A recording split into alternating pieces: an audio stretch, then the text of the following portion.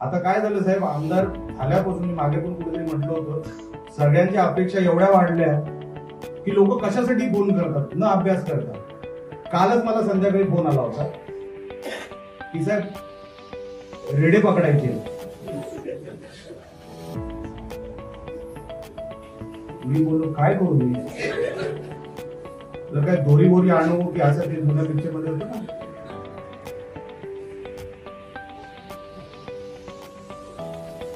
ठीक आहे, शेतामध्ये तुम्हाला त्रास होत असेल, पण मी बोललो तुम्ही फॉरेस्ट ऑफिसरला फोन केला का, तुम्ही काय लेखी तुम्ही काही तक्रार ग्रामपंचायतीने दिली का?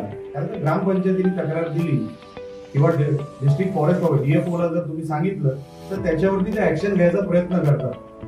नाही साहेब ते काय असतं, तर ते काय म्हणजे त्यांना असंच वाटतं की मीच रेडे पकडावे, डीएफओनी नाही. आणि जर मी पकडला नाही तर मी वाईट.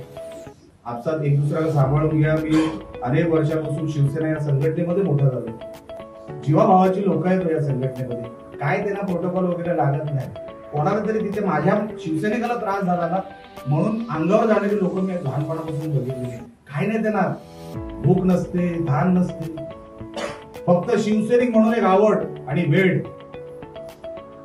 बाळासाहेब म्हणायचे ना, अरे सर्वात मोठं पद कुठलं तर शिवसैनिक. तर तुम्हाला जर ते वेळ नसेल ना, पक्ष संघटना वाढू शकत नाही. पक्ष संघटना वाढवा, आम्ही सगळे तुमच्या बरोबर आहोत.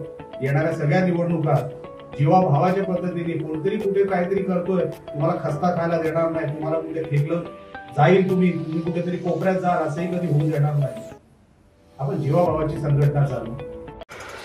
नवीन नवीन घडामोडी पाहण्यासाठी आजच आम्ही मुंबईकर 24 तासला लाईक करा, सबस्क्राईब करा आणि अपडेट रहा.